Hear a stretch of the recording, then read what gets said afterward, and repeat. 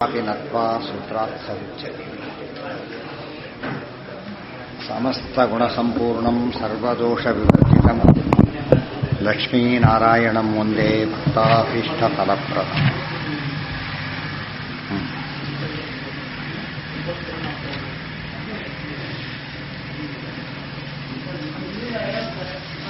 ದ್ವಾದಶೈವ ಬುದ್ಧೌ ಬುದ್ಧಿ ಇತ್ಯಾದಿ ಆಯಿತು. ದ್ವಾದಶೈವ ತೇನ ಅದೇನಾ ಮುಖ್ಯ ಪ್ರಾಣಶ್ಚೇಂದ್ರಿಯಾಣೀತಿ ಪ್ರಾಣಾದ್ಯನುಕ್ತ ಇಂದ್ರಿಯಾಣಿ ಇತ್ಯುಕ್ತಿ ನನ್ವಥಾಪಿ ಏವಂ ಸಪ್ತಾಧಿಕರಣ್ಯ ಅದೇನಾ ತೇನ ಮುಖ್ಯ ಪ್ರಾಣಸ್ಯ ಅನಿಂದ್ರಿಯತ್ವಂ ಅದೇನಾ ಪೇಜ್ ನಂಬರ್ ಚೇಂಜ್ ಆಗುತ್ತೆ. ನನ್ನ ಅಥಾಪಿ ಪ್ರಾಣಾವ ಇಂದ್ರಿಯಾಣಿ ಇದೆ. ಪ್ರಾಣಾ ಹಿ ಇದಂ ದ್ರವಂತಿ ಇತಿ ಸಾಮಾನ್ಯತೋ ಅದು ಸಿಕ್ಕಿದೆ. ಆಯ್ತಿದೆ ಜೀವಸ್ಸನ ಸೂಕ್ಷ್ಮರೂಪೇಣ ನಿತ್ಯಾನಿ ಇಂದ್ರಿಯಾಣಿ ಆಯ್ತಲ್ಲ, ಅದೇನಾ?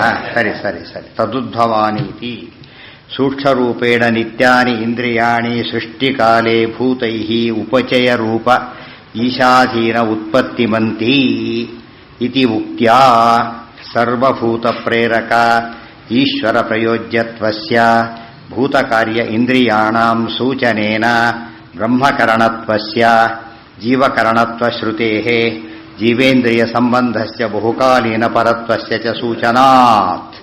ಅನ್ಯಥಾ ಸೂಕ್ಷ್ಮರೂಪೇಣ ನಿತ್ಯಾನಿ ಇಂದ್ರಿಯಾಣಿ ಸೃಷ್ಟಿಕಾಲೇ ಭೂತೈಃ ಉಪಚಯ ರೂಪ ಈಶಾಧೀನ ಉತ್ಪತ್ತಿಮಂತಿ.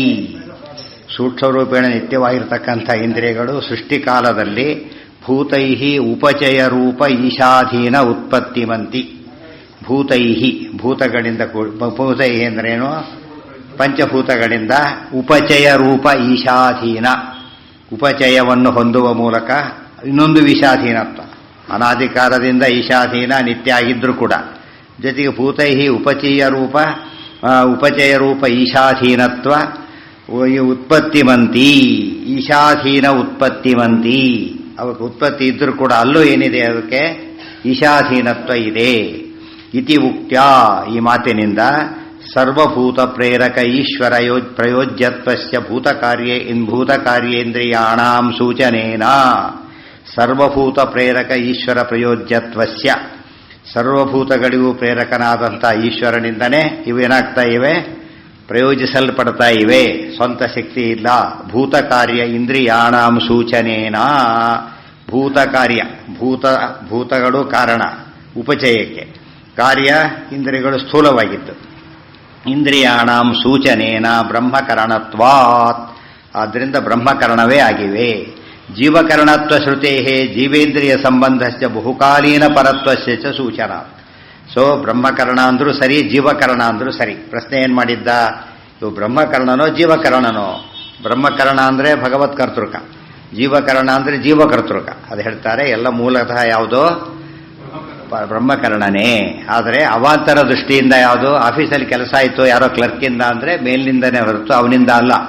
ಆದರೆ ನಿಮಿತ್ತ ಹೌದು ಅಷ್ಟೇ ಹೊರತು ಜೀವಕರಣತ್ವ ಶ್ರುತಿ ನಿಮಿತ್ತ ಇಟ್ಕೊಂಡು ಹೇಳಿದ್ದು, ಬ್ರಹ್ಮಕರಣತ್ವ ಶ್ರುತಿ ತಾತ್ವಿಕವಾಗಿ ಹೇಳಿದ್ದ. ಆದ್ದರಿಂದ ವಿರೋಧ ಇಲ್ಲ.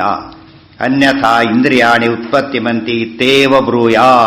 ಇಷ್ಟೆಲ್ಲ ಹೇಳೋದಕ್ಕೋಸ್ಕರನೇ ಇಂದ್ರಿಯಾಣಿ ಉತ್ಪತ್ತಿಮಂತಿ ಅಂತ ಹೇಳಿದ್ರಿಂದ ಉತ್ಪತ್ತಿ ಪ್ರಶ್ನೆ ಬಂದಾಗ ದೇವರ ಅಧೀನ್ಯ, ದೇವರ ಕರ್ತೃತ್ವ ಎಲ್ಲ ಬಂತು.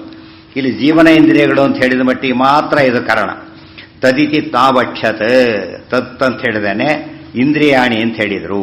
ಅತ್ರ ತತ್ಪ್ರಯೋಜ್ಯಾನಿ ಇಂದ್ರಿಯಾಣಿ ಇತ್ತೇವ ವಾಚ್ಯೆ ತದುದ್ಭವಾನಿ ಇತ್ಯುಕ್ತಿ ಭೂತ ಪ್ರೇರಕತ್ವಾದೀಶ್ವರಸ್ಯ ತತ್ಕಾರ್ಯೇಂದ್ರಿಯ ಪ್ರಯೋಜಕತ್ವಂ ನ್ಯಾಯಮಿತಿ ಜ್ಯೋತಿರಧಿಷ್ಠಾನಮಿತಿ ಸೂತ್ರಾಂಶ ಸೂಚಿತ ಯುಕ್ತಿ ಸೂಚನಾರ್ಥ. ಇಲ್ಲಿ ಏನು ಹೇಳ್ಬೋದಾಗಿತ್ತು?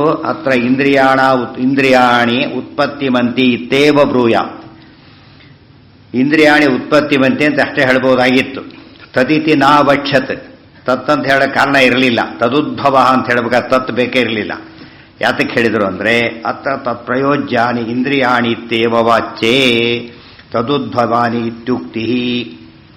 ತತ್ಪ್ರಯೋಜ್ಯಾನಿ ಇಂದ್ರಿಯಾಣಿ ಅಂತ ಅಷ್ಟೇ ಹೇಳ್ತೇನೆ. ತದುದ್ಭವ ಭೂತ ಪ್ರೇರಕತ್ವಾತ್, ಬರೀ ದೇವರ ಅಧೀನ ಅಂತ ಅಷ್ಟೇ ಹೇಳಲಿಲ್ಲ, ದೇವರಿಂದ ಉತ್ಪತ್ತಿಯನ್ನು ಹೊಂದೇವೆ ಅಂತ ಹೇಳಿದ್ರಿಂದ ಉಪಚಯ ರೂಪ ಉತ್ಪತ್ತಿನೂ ಇಂದ್ರಿಯಗಳಿಗಿದೆ. ಸ್ಥೂಲವಾಗುತ್ತೆ, ಅದು ಸೂಕ್ಷ್ಮೇಂದ್ರಿಯಗಳು ನಿತ್ಯ ಅನ್ನೋ ವಿಶೇಷಾಂಶವನ್ನು ಹೇಳೋದಕ್ಕೋಸ್ಕರ ತದುದ್ಭವ ಅನ್ನೋ ಅಂಶವನ್ನು ಹೇಳಿದರು. ಭೂತ ಪ್ರೇರಕತ್ವಾದೀಶ್ವರಸ್ಯ ತತ್ಕಾರ್ಯ ಇಂದ್ರಿಯ ಪ್ರಯೋಜಕತ್ವಂ, ಭೂತಗಳಿಂದ ಉಪಚಯವಾಯಿತು ನಿತ್ಯವಾದ ಇಂದ್ರಿಯಗಳಿಗೆ. ಆದರೆ ಭೂತಗಳಿಗೆ ಪ್ರೇರಕದ ಯಾರು? ದೇವರು. ಭೂತ ಪ್ರೇರಕತ್ವಾದೀಶ್ವರಸ್ಯ ನ್ಯಾಯಮಿತಿ, ಆದ್ದರಿಂದ ತತ್ಕಾರ್ಯ ಇಂದ್ರಿಯ ಪ್ರಯೋಜಕತ್ವಂ ನ್ಯಾಯಮಿತಿ ಜ್ಯೋತಿರಾಧ್ಯಧಿಷ್ಠಾನಂ ಇತಿ ಸೂತ್ರಾಂಶ ಸೂಚಿತ ಯುಕ್ತಿ ಸೂಚನಾರ್ಥ.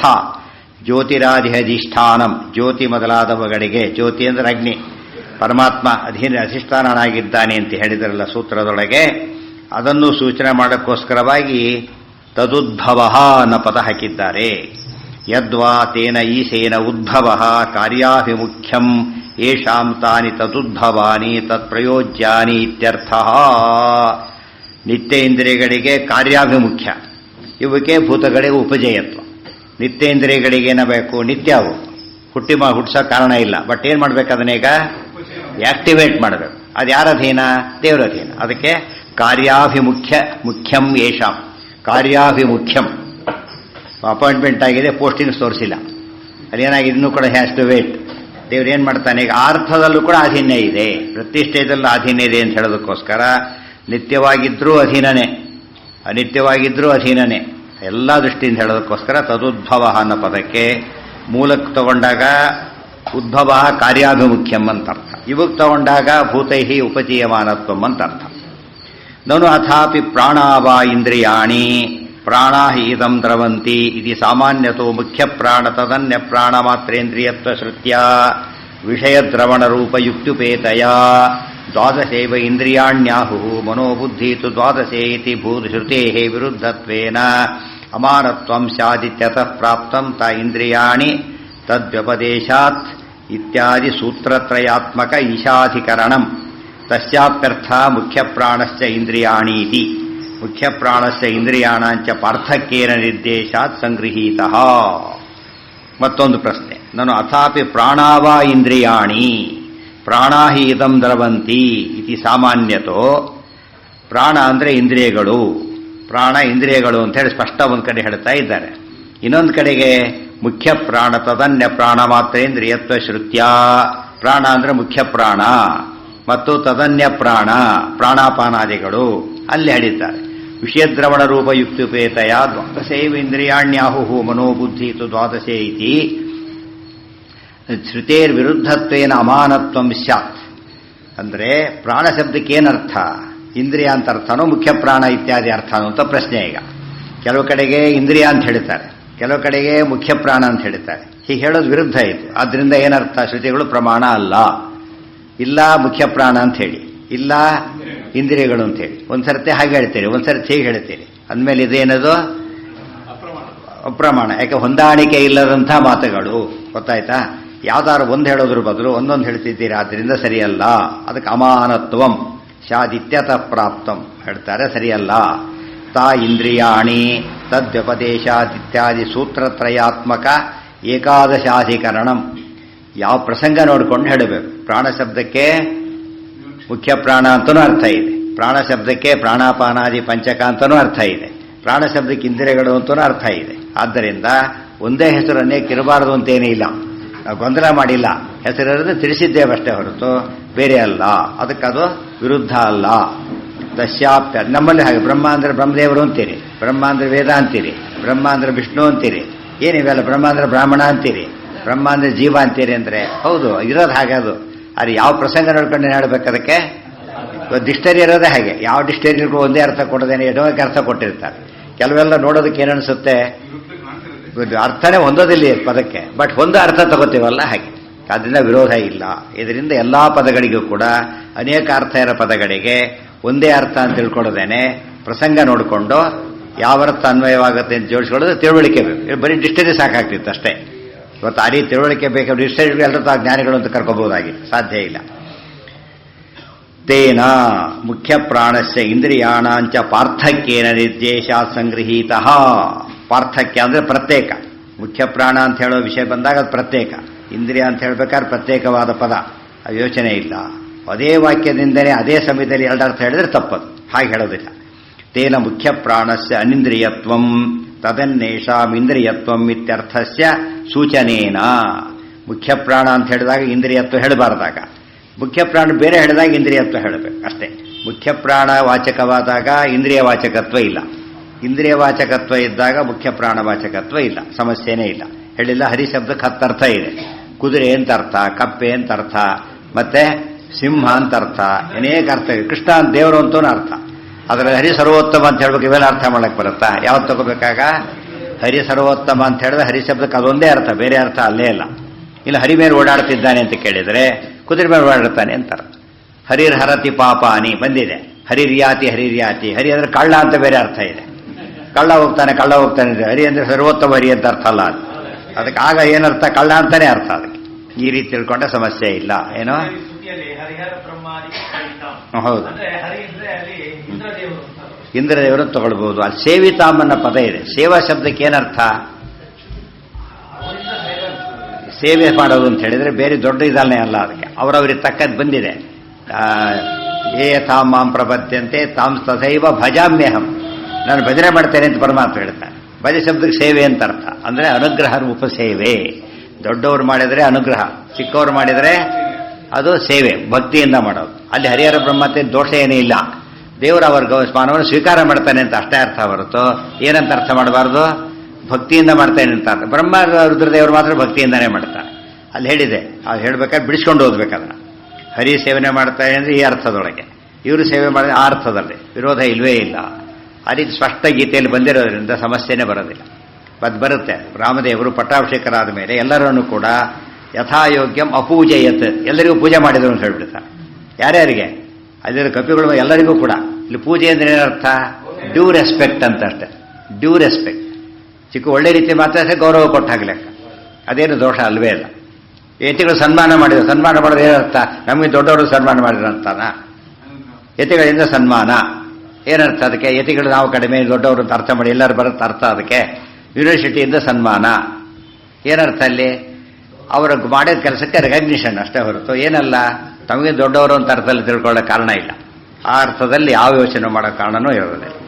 ತೇನ ಮುಖ್ಯ ಪ್ರಾಣಸ್ಯ ಅನಿಂದ್ರಿಯತ್ವಂ ತದನ್ನೇಷಾಂ ಇಂದ್ರಿಯತ್ವಂ ಇತ್ಯರ್ಥಸ್ಯ ಸೂಚನೇನ ದ್ವಾದಶೈವ ಇತಿ ಶ್ರುತೇಃ ಮುಖ್ಯ ಪ್ರಾಣಾದನ್ಯ ಪ್ರಾಣಾನಾಂ ದ್ವಾದಶತ್ವೇನ ತತ್ಪರತ್ವಸ್ಯ ಪ್ರಾಣಾವಾ ಇಂದ್ರಿಯಾಣಿ ಇತಿ ಸಾಮಾನ್ಯ ಶ್ರುತೇಃ ದ್ವಾದಶೈವ ಇಂದ್ರಿಯಾಣ್ಯಾಹು ಪ್ರಾಣೋ ಮುಖ್ಯಸ್ತ್ವನಿಂದ್ರಿಯಂ ಇತಿ. ಅಲ್ಲೇ ಹೇಳ್ಬಿಟ್ಟಿದ್ದಾರೆ. ಪ್ರಾಣ ಶಬ್ದಕ್ಕೆ ಇಂದ್ರಿಯ ಅಂತ ಅರ್ಥ ಇದೆ, ಮುಖ್ಯ ಪ್ರಾಣ ಅಂತ ಅರ್ಥ ಇದೆ. ದ್ವಾದಶೈವ ಪ್ರಾಣ ಅಂತ ಹೇಳಿದಾಗ ಇಂದ್ರಿಯ ಅಂತಾನೆ ಅರ್ಥ. ಪ್ರಾಣೋ ಮುಖ್ಯಸ್ಥೋ ಅನಿಂದ್ರಿಯ, ಮುಖ್ಯ ಪ್ರಾಣ ಅಂತ ಹೇಳಿದಾಗ ಇಂದ್ರಿಯ ಅಂತ ಅರ್ಥ ಅಲ್ಲ. ಮತ್ತು ಅಲ್ಲೇ ಹೇಳಿರೋದ್ರಿಂದ ಗೊಂದಲ ಇಲ್ಲ. ಇತಿ ವಿಶೇಷ ಶ್ರುತಿ ಅನುರೋಧೇನ. ಸಾಮಾನ್ಯ ಶ್ರುತಿ ಎಂಬುದು ಜನರಲ್ ಸ್ಟೇಟ್ಮೆಂಟ್. ಪ್ರಾಣಾವ ಇಂದ್ರಿಯಾಣಿ ಮುಖ್ಯ, ಪ್ರಾಣೋ ಮುಖ್ಯಸ್ಥೋ ಅನಿಂದ್ರಿಯಂ ಅಂತ ವಿಶೇಷ ಶ್ರುತಿ ಅದು. ಏನ ದ್ವಾದಶೈವ, ಹೌದು, ಹಿಂದ್ ಬಂತಲ್ಲ ನಿನ್ನೆ. ಅದು ಮನೋಬುದ್ಧಿ ಸೇರಿದ್ರೆ ಎಷ್ಟಾಯ್ತು? ಇದು ಜ್ಞಾನೇಂದ್ರಿಯ, ಇದು ಕರ್ಮೇಂದ್ರಿಯ, ಮನಸ್ಸು, ಬುದ್ಧಿ. 5, 5, 10, 11, 12 ಆ ಅರ್ಥ. ಇಂದ್ರಿಯಗಳು ಮಾತ್ರ ಅಲ್ಲಿ, ಮುಖ್ಯ ಪ್ರಾಣ ಬಂದಿಲ್ಲ. ದ್ವಾದಶ ಇತಿ ವಿಶೇಷ ಶ್ರುತಿ ಅನುರೋಧೇನ. ಅನುರೋಧ ಅಂದ್ರೇನೋ ಅನುಗುಣವಾಗಿ, ವಿರೋಧ ಅಂದ್ರೇನೋ ಅನುಗುಣಕ್ಕೆ ಆಪೋಸಿಟ್, ಅನುರೋಧ ಆಪೋಸಿಟ್ಟೇ ವಿರೋಧ. ಅನುರೋಧ ವಿರೋಧ.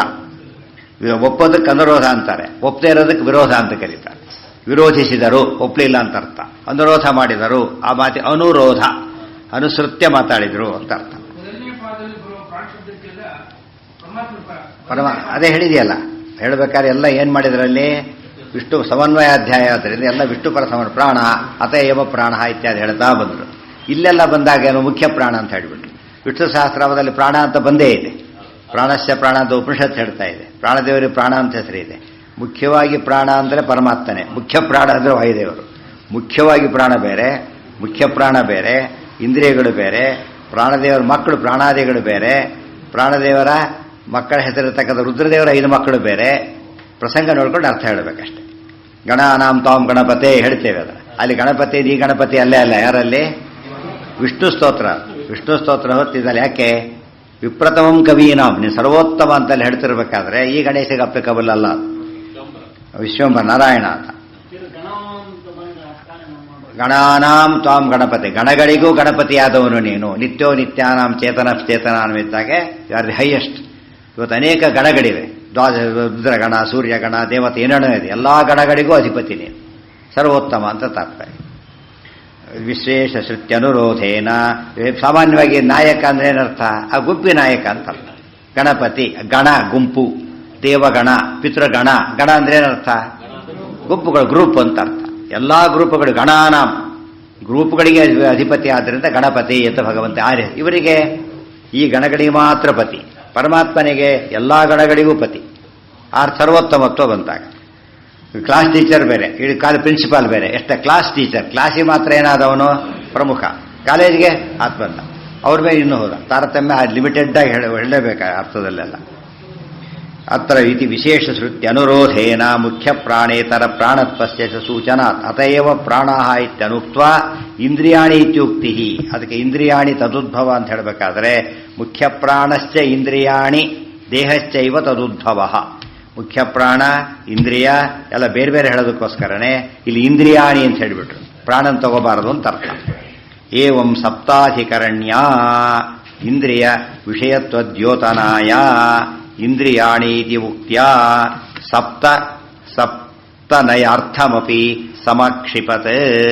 ಕೇಚಿತ್ತು ಪ್ರಾಗುಕ್ತ ಸರ್ವಕರ್ತೃತ್ವ ಸಿದ್ಧ್ಯರ್ಥಂ ಇತರ ಅನಾದಿತ್ವ ಶಂಕಾ ನಿರಾಸೇನ ತದುತ್ಪತ್ತಿ ಸಮರ್ಥನ ಪರ ಪ್ರಧಾನಾಧಿಕರಣ ಪ್ರಮೇಯಸ್ಯೈವ ಅತ್ರ ಸಂಕ್ಷೇಪಃ ಕೃತೋ ನನು ಅವಾಂತರಾಧಿಕರಣ ಪ್ರಮೇಯಸ್ಯಾಪಿ ಅನುಭಾಷ್ಯೇಪಿ ಕಿಂಚಿನ್ನಿರೂಪಣಸ್ಯ ದರ್ಶನಾದಿತ್ಯಾಹುಃ.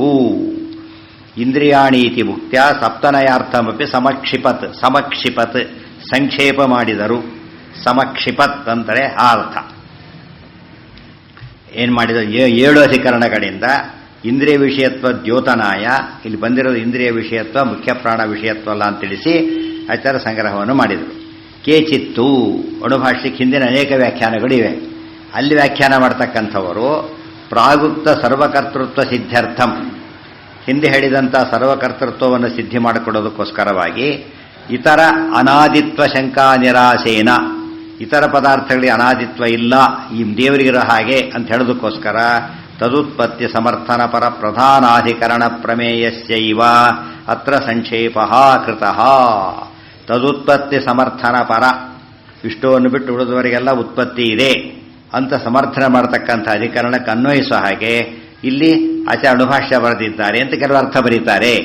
ನತು ಅವಾಂತರಾಧಿಕರಣ ಪ್ರಮೇಯಶ್ಯಾಪಿ, ಮುಖ್ಯಾಧಿಕರಣ ಪ್ರಧಾನಾಧಿಕರಣಕ್ಕೆ ಅನ್ವಯವಾಗ ಹಾಗೆ ಅರ್ಥ ಮಾಡ್ತಾರೆ ಕೆಲವರು. ರಾಯರೇನು ಮಾಡಿದ್ರು? ಅವಾಂತರಾಧಿಕರಣಕ್ಕೂ ಸಂಬಂಧಿಸಿ ಅರ್ಥ ಬರುತ್ತೆ. ಅವಾಂತರಾಧಿಕರಣಗಳು ಅಂದ್ರೇನೋ ಮಧ್ಯ ಮಧ್ಯೆ ಬರ್ತಕ್ಕಂಥ ಅಧಿಕರಣಗಳು, ಅದಕ್ಕೂ ಹೊಂದಿಸಿದ್ರು. ಕೆಲವರು ಹಾಗಲ್ಲ, ಏನು ಮಾಡಿದ್ದಾರೆ? ಮುಖ್ಯವಾದ ಅಧಿಕರಣಕ್ಕೆ ಮಾತ್ರ ಹೊಂದಿಸಿದ್ದಾರೆ. ಅನುಭಾಷ್ಯೇಪಿ ಕಿಂಚಿನ್ ನಿರೂಪಣಸ್ಯ ದರ್ಶನಾದಿತ್ಯಾಹು. ಈ ರೀತಿ ಅನುಭಾಷದಲ್ಲೂ ಸ್ವಲ್ಪ ಹೇಳಿರೋದ್ರಿಂದ ಅಂತ ಕೆಲವರು ಹೇಳ್ತಾರೆ. ಇದರ ಅರ್ಥ ಏನು ಅಂದರೆ ತಪ್ಪು ಅಂತ ಅರ್ಥ ಅಲ್ಲ ಅದು. ಯಾಕೆ? ಅದು ಒಂದು ಕ್ರಮ, ವ್ಯಾಖ್ಯಾನ ಕ್ರಮ. ಆದ್ದರಿಂದ ಪ್ರಧಾನಾಧಿಕರಣಕ್ಕೆ ಮಾತ್ರ ಅನ್ವಯಿಸಿ ಹೇಳಿದ್ದು ಒಂದು ಬೇರೆ ವ್ಯಾಖ್ಯಾನಗಳು. ಅವಾಂತರಾಧಿಕ ಅನ್ವಯಿಸಿ ನಾವು ಹೇಳಿದ್ದೇವೆ ಅಷ್ಟೇ ಹೊರತು ಒಂದಕ್ಕೊಂದು ಏನಿಲ್ಲ, ವಿರೋಧ ಇಲ್ಲ, ಖಂಡನೆ ಮಾಡ್ತಾ ಇಲ್ಲ ರಾಯರು. ಏನು ಮಾಡಿದ್ದಾರೆ ಅವರು? ಇನ್ನೊಂದು ಪ್ರಶ್ನೆ ಹೇಳಿದ್ದಾರೆ ಅಷ್ಟೇ. ಅದನ್ನೇ ತಾವೇ ಹೇಳ್ಬೋದಾಗಿತ್ತು, ಹಾಗೆ ಹೇಳಿಲ್ಲ. ಇನ್ನೊಬ್ರು ಹೇಳಿದ್ದರಿಂದ ಅದನ್ನೇ ಅಕ್ನಾಲಜ್ ಮಾಡ್ತಾರೆ, ಇನ್ನೊಬ್ರು ಹೇಳಿದ್ದಾರೆ ಅಂತ. ಅಷ್ಟು ವಿರೋಧ ಮಾಡ್ತಾ ಇಲ್ಲ. ಇನ್ನೊಂದು ವ್ಯಾಖ್ಯಾನನು ಸರಿ ಅಂತ ತಾತ್ಪರ್ಯ. ಮುಂದೆ ನನು ಅಥಾಪಿ ಯಸ್ಮಾದ್ ವಿರೇಚಯೇತ್ ಸರ್ವಂ ವಿರಿಂಚಸ್ತೇನ ಭಣ್ಯತೆ ಇತಿ ಸ್ಮೃತ್ಯುಕ್ತ ವಿರಿಂಚತ್ವಯುಕ್ತಿಯುಕ್ತಯ ವಿರಿಂಚೋ ವಾ ಇದಂ ಸರ್ವಂ ವಿರೇಚಯತಿ ಇತಿ ವಿರಿಂಚಸ್ಯ ದೇಹಾದಿಕರ್ತೃತ್ವ ಶ್ರುತ್ಯಾ ಪರಮಾಧಿ ಏತೆ ನಾಮರೂಪೇ ವ್ಯಾಕ್ರಿಯೇತೆ ಇತಿ ಹರೇಃ ತತ್ಕರ್ತೃತ್ವ ಶ್ರುತೇರ್ವಿರುದ್ಧತ್ವೇನ ಗಹಮಾನತ್ವಂ ಸ್ಯಾದಿತ್ಯತಃ ಪ್ರಾಪ್ತಂ. ಓಂ ಸಂಜ್ಞಾಮೂರ್ತಿಕೃಪ್ತಿಸ್ತು ತ್ರಿವೃತ್ಕುರ್ವತಃ ಉಪದೇಶಾದಿತಿ 12ನೇ 12ನೇ ಅಧಿಕರಣಕ್ಕೆ ಇದು ಅವತಾರಿಕ. ಏನಂತ? ನಾನು ಅಥಾಪಿ, ಇದು ಒಂದು ರೀತಿ ರುದ್ರದೇವರ ಲಯಕರ್ತೃತ್ವವನ್ನು ಹೇಳಿದ್ರಿಂದ ವಿಷ್ಣು ಲಯಕರ್ತೃವಲ್ಲ, ರುದ್ರದೇವರ ಲಯಕರ್ತ ಅಂತ ಹೇಳಿದಾಗ ಏನು ಹೇಳಿದ್ರು? ಅದಕ್ಕೆ ರುದ್ರದೇವರು ಸರ್ವಲಯಕರ್ತೃಗಳಲ್ಲ ಮತ್ತು ಮಾಡಷ್ಟು ಲಯ ಕೂಡ ಸ್ವಂತ ಮಾಡೋದಿಲ್ಲ ಅಂತ ಹೇಳಿ ಉತ್ತರ ಕೊಟ್ಟಿದ್ದು. ಬ್ರಹ್ಮದೇವರಿಗೆ ಪ್ರಶ್ನೆ ಈಗ. ಕೆಲವು ಕಡೆ ಹೀಗೆ ಹೇಳ್ತಾರೆ, ಪರಮಾದ್ ವಿರೇಚ ಯಸ್ಮಾದ್ ವಿರೇಚಯೇತ್ ಸರ್ವಂ ವಿರಿಂಚಸ್ತೇನ ಭಣ್ಯತೆ. ಎಲ್ಲವನ್ನು ವಿರಚನೆ ಮಾಡೋದ್ರಿಂದಾಗಿ ಬ್ರಹ್ಮದೇವರು ಏನಂತ ಕರೀತಾರೆ? ವಿರಿಂಚ, ವಿರಿಂಚ ಸೃಷ್ಟಿಕರ್ತ ಅಂತ ಕರೀತಾರೆ. ಇತಿ ಸ್ಮೃತ್ಯುಕ್ತ ವಿರಿಂಚಿತ್ವ ಯುಕ್ತಿಯುಕ್ತಯ. ವಿರಿಂಚೋ ವಾ ಇದಂ ಸರ್ವಂ ವಿರೇಚಯತಿ. ವಿರಿಂಚನೆ ಬ್ರಹ್ಮದೇವರೇ ಎಲ್ಲವನ್ನೂ ಸೃಷ್ಟಿ ಮಾಡ್ತಾ ಇದ್ದಾರೆ.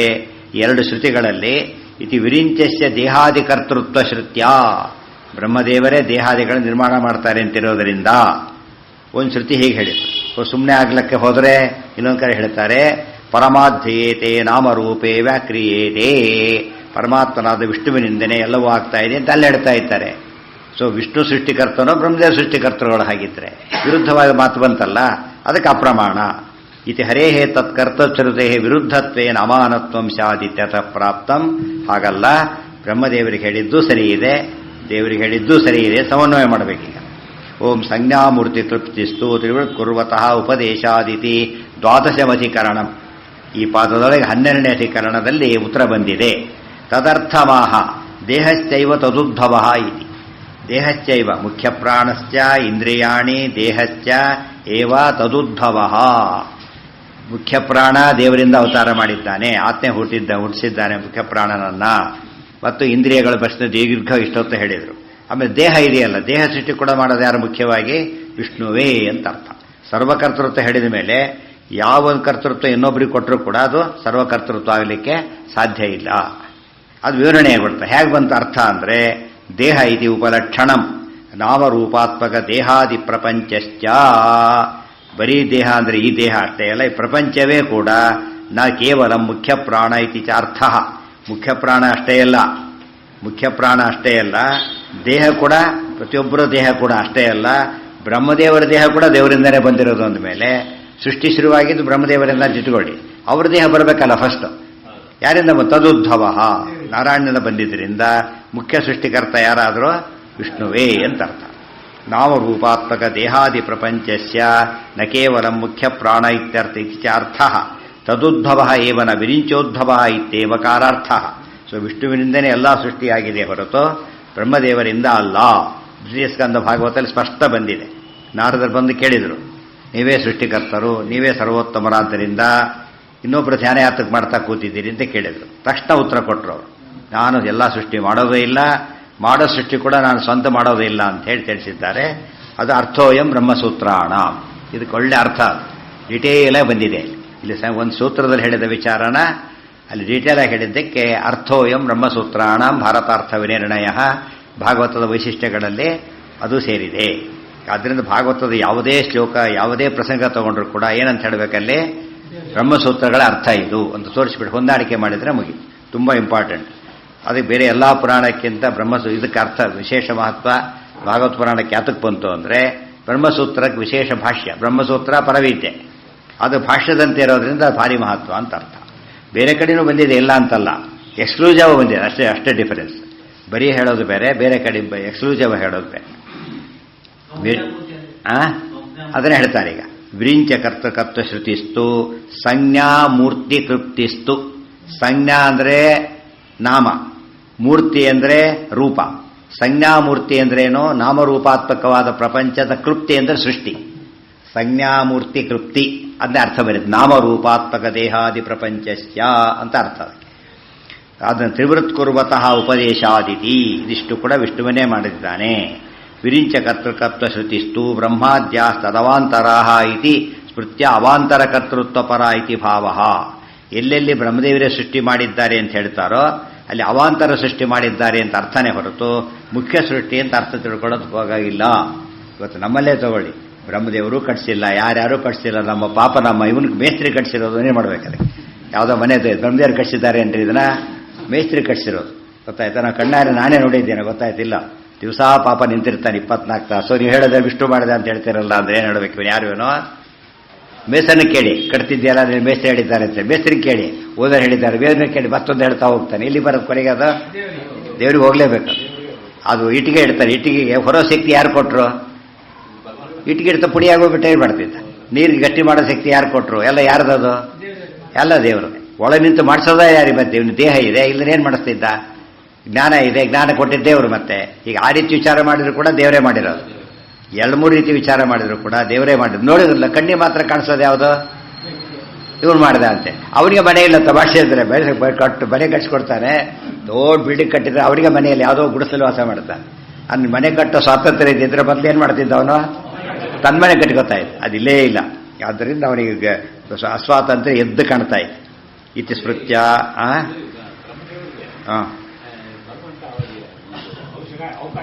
ಹೌದು, ಅವಕಾಶ ಕೊಟ್ಟಿದೆ. ಯಾಕೆ ಅವ್ರ ಯೋಗ್ಯತೆ ನೋಡ್ಕೊಂಡು ಯೋಗ್ಯತೆ ತಕ್ಕ ಅವಕಾಶ ಕೊಟ್ಟಿದ್ದಾರೆ. ಇಲ್ಲ ನಮಗೆಲ್ಲ ಕೊಡಿ ಅಂತ ಕೇಳ್ಬೋದಾಗಿತ್ತು ನಾವು.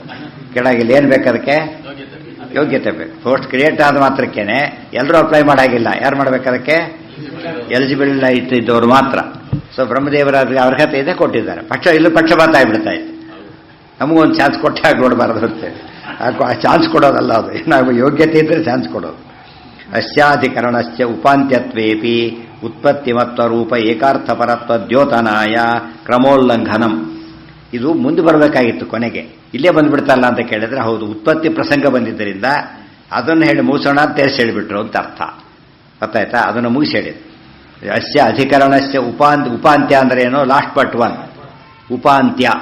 ಉಪಾಂತ್ಯಕ್ಕೆ ಹೋದ್ರು, ಸೆಮಿಫೈನಲ್ ಅಂತ. ಉಪಾಂತ್ಯ ಅಂದರೆ ಸೆಮಿಫೈನಲ್. ವಂಶ್ಯಾಧಿಕರಣಸ್ಯ ಉಪಾಂತ್ಯತ್ವೇಪಿ ಉತ್ಪತ್ತಿಮತ್ವ ರೂಪ ಏಕಾರ್ಥಪರತ್ವ ದ್ಯೋತನಾಯ. ಉತ್ಪತ್ತಿ ಪ್ರಸಂಗ ಆಗಿದ್ದರಿಂದ ಇಲ್ಲೇ ಸೂಟ್ ಆಗುತ್ತೆ ಅಂತ ಹೇಳಿದ್ರೆ ಹೊರತು ಸುಮ್ಮನೆ ಕ್ರಮ ಇಟ್ಕೊಂಡ್ರೆ ಅಲ್ಲಿ ಹೇಳಬೇಕಾಗಿತ್ತು. ಕ್ರಮೋಲ್ಲಂಘನಂ ಅತ್ರ ಈಶ ಸಂಭವ ಇತ್ಯಾದ್ಯನುಕ್ತ್ವಾ ತದಿತಿ ತತ್ಪದ ಪ್ರಯೋಗೇಣ ಸೇಯಂ ದೇವತಾ ಇಮಾಸ್ತಿಸ್ರೋ ದೇವತಾಃ ಅನೇನ ಜೀವೇನ ಆತ್ಮನ ಅನುಪ್ರವಿಶ್ಯ ನಾಮರೂಪೇ ವ್ಯಾಕರೋತ್ ತಾಸಾಂ ತ್ರಿವೃತಂ ಏಕೈಕಾಮಕರೋತ್ ಇತ್ಯಾದಿ ಶ್ರುತೌ ತ್ರಿವೃತ್ಕರ್ತೃತ್ವೇನ ಪ್ರಸಿದ್ಧಸ್ಯ ಪರಾಮರ್ಶಮಪಿ ಸೂಚಯತಿ. ಇಲ್ಲಿ ಆಚಾರ್ಯರು ಈ ರೀತಿ ಹೇಳ್ಬೋದಾಗಿತ್ತು. ಅತ್ರ ಈಶ ಸಂಭವ ಅಂತ ಹೇಳಲಿಲ್ಲ. ಏನಂತ ಹೇಳಿದ್ರು? ತದುದ್ಭವ ಅಂತ ಹೇಳಿಬಿಟ್ರು. ಯಾತಕ್ಕೆ ಹೇಳಿದ್ರು ಅಂದರೆ ಇದೆಲ್ಲ ಅರ್ಥ ಆಗಲಿ ಅಂತೇಳಿ, ಶ್ರುತಿ ವಿಷಯ ಎಲ್ಲ ರೆಫರ್ ಮಾಡೋದಕ್ಕೋಸ್ಕರ ಅದೇ ವರ್ಡಿಂಗ್ ಇಟ್ಟಿದ್ದಾರೆ. ಸೇಯಂ ದೇವತಾ, ಆ ದೇವತೆಯಾದ ನಾರಾಯಣನೇ, ಇಮಾಹ ತಿಸ್ರೋ ದೇವತಾಹ, ಈ ಮೂರು ದೇವತೆಗಳನ್ನು ಸೃಷ್ಟಿ ಮಾಡಿದರು. ಅನೇನ ಜೀವೇನ ಆತ್ಮನ ಅನುಪ್ರವಿಶ್ಯ ನಾಮರೂಪೇ ವ್ಯಾಕರೋತ್, ಅವರೊಳಗೆ ಪ್ರವೇಶ ಮಾಡಿಬಿಟ್ಟು ನಾಮ ರೂಪ ಹೆಸರು ಮತ್ತು ಆಕೃತಿಗಳನ್ನು ಕೊಟ್ಟನು. ತ್ರಿವೃತಂ ಏಕೈಕಾಮಕರೋತ್, ಒಂದೊಂದನ್ನು ಕೂಡ ಮೂರನ್ನು ಒಳಗೊಂಡಿದ್ದನ್ನಾಗಿ ಮಾಡಿದನು. ಇತ್ಯಾದಿ ಧೃತೌ ತ್ರಿವೃತ್ಕರ್ತೃತ್ವೇನ ಪ್ರಸಿದ್ಧಸ್ಯ ಪರಾಮರ್ಶಮಪಿ ಸೂಚಯತಿ. ತೇನ ರೂಪಾದಿ ಸೃಷ್ಟೇಃ ತ್ರಿವೃತ್ಕರಣ ಸಾಪೇಕ್ಷತ್ವಾತ್ ತತ್ಕರ್ತುರೇವ ದೇಹಾದಿಕರ್ತೃತ್ವಮಿತಿ ಯುಕ್ತಿ ಸೂಚಿತ. ರೂಪಾದಿ ಸೃಷ್ಟಿಯಾಗಬೇಕಾದರೆ ತ್ರಿವೃತ್ಕರಣ ಮಾಡಬೇಕು. ತ್ರಿವೃತ್ಕರಣ ಮಾಡತಕ್ಕಂಥದ್ದು ದೇವರು ಅಂತ ಹೇಳಿದ್ರಿಂದ ಅವನೇ ಸರ್ವತಂತ್ರ ಸ್ವತಂತ್ರ ಅನ್ನೋ ಯುಕ್ತಿ ಬರಲಿ ಅಂಥೇಳಿ ಪದ ಉಪಯೋಗಿಸಿದ್ದಾರೆ. ತದುದ್ಭವ ಅನ್ನೋ ಪದಕ್ಕೆ ಕೃತ್ಯ ಅದೇನೆ. ತೇನ ರೂಪಾದಿ ಸೃಷ್ಟೇಹೇ ತ್ರಿವೃತ್ಕರಣ. ಒಂದು ಮಗು ಹುಟ್ಟಿದೆ, ಯಾರೋ ಒಂದು ಹೆಸರಿಡಾಗಿಲ್ಲ. ಯಾವ ಹಕ್ಕು ಯಾರ್ದದೀಗ? ತಂದೆ ತಾಯಿಗಳ ಹಕ್ಕು. ಇನ್ನೊಬ್ಬ ಹೆಸರು ಸೂಚನೆ ಮಾಡ್ಬೋದು, ಬೇಕಾದ್ರೆ ಅಕ್ಸೆಪ್ಟ್ ಮಾಡ್ಬೋದು ಇವನು. ಆದರೆ ನಾವಿಟ್ಟು ಹೆಸರು ಹಿಡಿಯುತ್ತೆ, ಯಾರು ಜೋರು ಮಾಡಾಗಿಲ್ಲ. ಯಾತಕ್ಕೆ? ಅವ್ರು ರೈಟ್ ಅಲ್ಲ ಅದು. ತ್ರಿವೃತ್ಕರಣ ಯಾರು ಮಾಡಿರ್ತಾರೋ ಅವರೇನು ಮಾಡಬೇಕು? ನಾಮರೂಪ ಇಡಬೇಕು. ತ್ರಿವೃತ್ಕರಣ ಮಾಡಿದ್ದಾರೋ ದೇವರು. ಆದ್ದರಿಂದ ಉಳಿದವರು ಶ್ರುತಿಕರ್ತೃಗಳಲ್ಲ. ಅರ್ಥ ಆಯ್ತಾ? ಹೆಸರಿಡಬೇಕಾದ್ರೆ ರೈಟ್ ಬೇಕಾದಕ್ಕೆ. ತೇನ ರೂಪಾದಿ ಸೃಷ್ಟೇ ತ್ರಿವೃತ್ಕರಣ ಸಾಪೇಕ್ಷತ್ವಾತ್ ತತ್ಕರ್ತುರೇವ ದೇಹಾದಿಕರ್ತೃತ್ವಮಿತಿ ಯುಕ್ತಿ ಸೂಚಿತ. ತ್ರಿವೃತ್ಕರಣ ಮಾಡುವವನಿಗೆ ದೇಹಾದಿಗಳನ್ನು ಮಾಡ್ತಕ್ಕಂಥ ಶಕ್ತಿ ಇದೆ ಅಂತ ಯುಕ್ತಿ ಹೇಳೋದಕ್ಕೋಸ್ಕರ ಆ ಪದ ಉಪಯೋಗಿಸಿದ್ದಾರೆ. ಅಲ್ಲ, ಏನ್ ಬಂತು? ಪರಮಾತ್ಮ ಏನ್ ಮಾಡಿದ? ಮತ್ತೆ ಸೃಷ್ಟಿ ಮಾಡಬೇಕಾದ್ರೆ ಪಂಚಭೂತ ಬೇರೆ, ತ್ರಿವೃತ್ಕರಣ ಬೇರೆ. ತ್ರಿವೃತ್ಕರಣದಲ್ಲಿ ಏನ್ ಮಾಡ್ತಾನೆ ಪರಮಾತ್ಮ? ನೀರು, ತೇಜಸ್ಸು, ಅನ್ನ ಎಲ್ಲ ಸೃಷ್ಟಿ ಮಾಡ್ತಾ ಹೋಗ್ತಾನೆ. ಅದು ಮೂರನ್ನು ಮತ್ತೆ ಮಲ್ಟಿಪ್ಲೈ ಮಾಡ್ತಾ ಜಾಸ್ತಿ ಮಾಡ್ತಾ ಹೋಗ್ತಾನೆ. ಬೇಸಿಕ್ ಸೃಷ್ಟಿ ಅದು, ಬೇಸಿಕ್ ಸೃಷ್ಟಿ. ಅಪ್ಪ ಅಂತ ಹೇಳಿದ್ರೆ ಮಹಾಲಕ್ಷ್ಮಿ, ಆಮೇಲೆ ತೇಜಸ್ ಬರಬೇಕು, ಆಮೇಲೆ ಅನ್ನ ಬರಬೇಕು, ಅನ್ನ ಮನಸ್ಸು ರುದ್ರದೇವರು. ಎಲ್ಲ ಕ್ರಮ ಹೇಳ್ತಾ ಬಂದಿದ್ದಾರೆ. ಬೃಹದಾರಣ್ಯದಲ್ಲಿ ಪ್ರಶ್ನೆ ಬಂತು, ತ್ಯಾನ್ಯೋಗ್ಯದಲ್ಲಿ ಹೇಳಬೇಕಾದ್ರೆ ತತ್ವಮಸೀತ ಪ್ರಸಂಗ ಬಂತಲ್ಲ, ಅದೆಲ್ಲ ಯಾತಕ್ಕೆ ಅಂದರೆ ಎಲ್ಲ ಹೇಳ್ತಾ ಬಂದರು. ಮೊದಲಿಗೆ ನೀನು ದೇವರಲ್ಲ ಅಂತ ಹೇಳೋದಕ್ಕೆ ಸೃಷ್ಟಿಕ್ರಮ ಎಲ್ಲ ಹೇಳ್ತಾ ಬಂದಿದ್ದಾರೆ. ಅಲ್ಲಿ ತ್ರಿವೃತ್ಕರಣ ಬಂದಿರೋದು. ತ್ರಿವೃತ್ಕರಣ, ಪಂಚೀಕರಣ. ಮೂರನ್ನು ಸೇರಿಸಿ ಮಾಡಿದಾಗ ತ್ರಿವೃತ್ಕರಣ, 5 ಸೇರಿಸಿ ಮಾಡಿದಾಗ ಪಂಚೀಕರಣ. ಗೊತ್ತಾಯ್ತಾ? ಮನುಷ್ಯರ ದೇಹ ಇವೆಲ್ಲ ಪಂಚಭೂತಗಳು ಬಂದ್ಮೇಲೆ ಪಂಚೀಕರಣ ಬಂತು. ಮೊದಲು ಪಂಚೀಕರಣ ಇಲ್ಲ. ಯಾಕೆ? ಪಂಚಭೂತಗಳೇ ಇಲ್ಲ ಇನ್ನೂ ಕೂಡ. ಪಂಚಭೂತಗಳಿಂದ ಪಂಚೀಕರಣ ಇಲ್ಲಿಂದ ಬಂತು. ಅರ್ಥ ಆಯ್ತಾ? ಆ ಅರ್ಥದಲ್ಲಿ ತ್ರಿವೃತ್ಕರಣ ಫಸ್ಟ್ ಸ್ಟೇಜ್, ಪಂಚೀಕರಣ ನೆಕ್ಸ್ಟ್ ಸ್ಟೇಜ್. ತ್ರಿವೃತ್ಕರಣದ ಸ್ಟೇಜಲ್ಲೇ ನಮಗೆ ಸರ್ವೋತ್ತಮತ್ವ ಗೊತ್ತಾಗ್ಬಿಟ್ಟ ಮೇಲೆ ಇನ್ನು ಪಂಚೀಕರಣ ಲೋಯರ್ ಸ್ಟೇಜ್. ಅದು ಎಲ್ಲ ಹೋಗಿ ಕೊನೆ ಸುಳ್ಳು ಅಂದ್ಬಿಡ್ತಾರೆ ಅಷ್ಟೇ. ಅದೆಲ್ಲ ಹೋಗ್ತದೆ, ಬರೀಬೇಕಾದ್ರೆ ಎಲ್ಲ ಬರೀತಾರೆ ಹಾಗೇನೆ. ಕೊನೆಗೇನು ಮಾಡ್ತಾರೆ? ನೋಟ್, ಇದೊಂದು ಸುಳ್ಳು, ಎಲ್ಲ ವಿಶ್ವ ಮಿಥ್ಯಾ. ಸುಳ್ಳಿನ ಬಗ್ಗೆ ಅಷ್ಟೊತ್ತು ಕೇಳಿ ಕೊನೆಗೆ ಸುಳ್ಳು ಅಂತ ಎಷ್ಟು ಸಿಟ್ಟು ಬರುತ್ತೆ, ಕೇಳಿದಾಗ ಎಷ್ಟು ಸಿಟ್ಟು ಬರುತ್ತೆ. ಇಷ್ಟೊತ್ತು ಹೇಳಿದ್ದೆಲ್ಲ ಸುಳ್ಳು ಅಂತ ಹೇಳಿಬಿಟ್ರೆ ಬೆಂಕಿ ಸಿಟ್ಟು ಬರುತ್ತೆ. ನಾನು ಹಾಂ ಎಷ್ಟೋ ಸರ್ತೆ ನಡೆದ ಪ್ರಸಂಗನ ಆಮೇಲೆ ಕಥೆ ಎದ್ಬಿಟ್ರೆ ಸಿಟ್ಟು ಬಂದ್ಬಿಡುತ್ತೆ. ಸ್ಟೋರಿ ಇತಿಹಾಸನ ಫಿಕ್ಷನ್ ಅಂದ್ರೆ ಏನೋ ಕಲ್ಪನೆ ಅಂತ ಅರ್ಥ. ಫಿಕ್ಷನ್ ಅಂದ್ರೆ ಅದ್ವೈತಗಳು ಹೇಳಿದ ಸುಳ್ಳಲ್ಲ ಅದು. ಅವ್ರ ಪ್ರಕಾರ ಎಂಥ ಸುಳ್ಳು ಅದ್ವೈತಗಳ ಪ್ರಕಾರ ಇದು ಶ್ರುತಿರಹಿತದಂತೆ ಸುಳ್ಳೋದು, ಶ್ರುತಿರಹಿತದಂತೆ. ಇಲ್ಲಿ ಕಥೆಯಾಗಿ ಸತ್ಯ, ಇಲ್ಲಿ ಅಲ್ಲಿ ಯಾವ ರೀತಿಯೂ ಸತ್ಯತ್ವ ಇಲ್ಲ ಅವ್ರು ಹೇಳೋದು. ಅದು ಹೇಳಿದಾಗ ಎಷ್ಟು ಸಿಟ್ಟು ಬರೋದಿಲ್ಲ. ಉಪನಿಷತ್ತು ವೇದ ಎಲ್ಲ ಓದಿ ಕೊನೆಗೆ ನೋಟು ಇವೆಲ್ಲ ಸುಳ್ಳು, ಗೊತ್ತಾಯ್ತಾ? ಒಂದೇ ಕ್ಲಾಸಿಗೆಲ್ಲ ಆ ಸ್ಟೇಜ್ ಸುಳ್ಳು ಅಂದ್ಬಿಟ್ರೆ ಎಷ್ಟು ಸಿಟ್ಟು ಬರುತ್ತೆ. ಎಲ್ಲ ಸುಳ್ಳು ಆ ಸ್ಟೇಜ್ಗೆ ಹೋಯ್ತು. ಅವ್ರನ್ನ ಕೇಳ್ಬೇಕು ನೀವು, ಅಲ್ಲೇನ ಕೇಳಿದ್ರೆ ಏನಂತಾರ ಅವ್ರು? ನಿಮಗೆ ಅದ್ವೈತನೇ ಅರ್ಥ ಆಗಿಲ್ಲ ಅಂದ್ಬಿಡ್ತಾರೆ ಕೊನೆಗೆ. ನಿಮಗೆ ಅದ್ವೈತ ಅವ್ರಿಗೆ ಅರ್ಥ ಆಗಿಲ್ಲ, ನಿಮಗೆ ಅರ್ಥ ಆಗಿಲ್ಲ ಅಂದ್ಬಿಡ್ತಾರೆ. ಅರ್ಥ ಇಲ್ಲೇ ಇಲ್ಲ ಅದಕ್ಕೆ. ಇನ್ನೂ ಪ್ರಶ್ನೆ ಮಾಡಿ ತಿಳಿದವ್ರು ಪ್ರಶ್ನೆ ಮಾಡಿಬಿಟ್ರೆ, ತಿಳಿದವ್ರು ಪ್ರಶ್ನೆ ಮಾಡಿದ್ರೆ ಅದ್ವೈತ ಅರ್ಥ ಆಗಿಲ್ಲ ಅಂತಾರೆ. ತಿಳಿದವ್ರು ಪ್ರಶ್ನೆ ಮಾಡಿಬಿಟ್ರೆ ನಾವು ಸುಮ್ಮನೆ ಕೂತ್ಬಿಡ್ತೀವಿ, ಉತ್ತರ ಕೊಡೋದಿಲ್ಲ ಅದಕ್ಕೆ. ಸುಮ್ಮನೆ ಕೂತ್ಬಿಡ್ತೀವಿ. ದೊಡ್ಡ ಸೋತಾ ಇಲ್ಲ ಕಾಲಿ. ಸೈಲೆನ್ಸ್ ಎಂಬುದು ಏನದು ಕಾನ್ಸೆಂಟ್ ಇದ್ದಾಗೆ. ಅದರಿಂದ ಆ ರೀತಿ ಹೋಗ್ತಾರೆ. ಅದನ್ನು ದೊಡ್ಡಸ್ತಿಗಿಂದ ಹೇಳ್ಕೊತಾರೆ. ಆಚಾರ್ಯ ಎಲ್ಲೂ ಕೂಡ ಮಾತಾಡೋದಿಲ್ಲ, ಸುಮ್ಮನೆ ಕೊಡ್ತೀನಿ ಅಂತ ಆಚಾರ್ಯ ಹೇಳೋದಿಲ್ಲ, ಉತ್ತರ ಕೊಡ್ತಾರೆ. ಅವ್ರು ಎಷ್ಟೋ ಸರ್ತಿ ಹೇಳ್ತಾರೆ ನಾವು ಉತ್ತರ ಕೊಡು ಸುಮ್ಮನೆ ಕೂತ್ಬಿಡ್ತೇವೆ. ಅದು ಸುಮ್ಮನೆ ಅಲ್ಲ, ಹೇಗೆ ಶಿಲಾವತ್ ತೂಷ್ಣೀಂ ತಿಷ್ಠಾಮಹ, ಕಲ್ಲು ಕೂತ್ಬಿಡ್ತೇವೆ ಅಂತ ಹೇಳ್ತಾರೆ. ಅದಕ್ಕೆ ಎಷ್ಟು ಹೋಪ್ಲೆಸ್. ನನ್ನಥಾಪಿ ಆಪೋ ವಾ ಮಾಂಸಂ ಆಪಶರೀರಂ ಇತಿ ಪೃಥಿವೀ ಶರೀರಮಭ್ಯೇತಿ ಇತಿ ಸೋಗ್ನೇಹೇ. ಅಲ್ಲಿಗೆ ಅದು ಭಾಗ ನಾಳೆ ಅಥವಾ ನಾಡಿದ್ದೇ ಮುಗಿದೋಗುತ್ತೆ.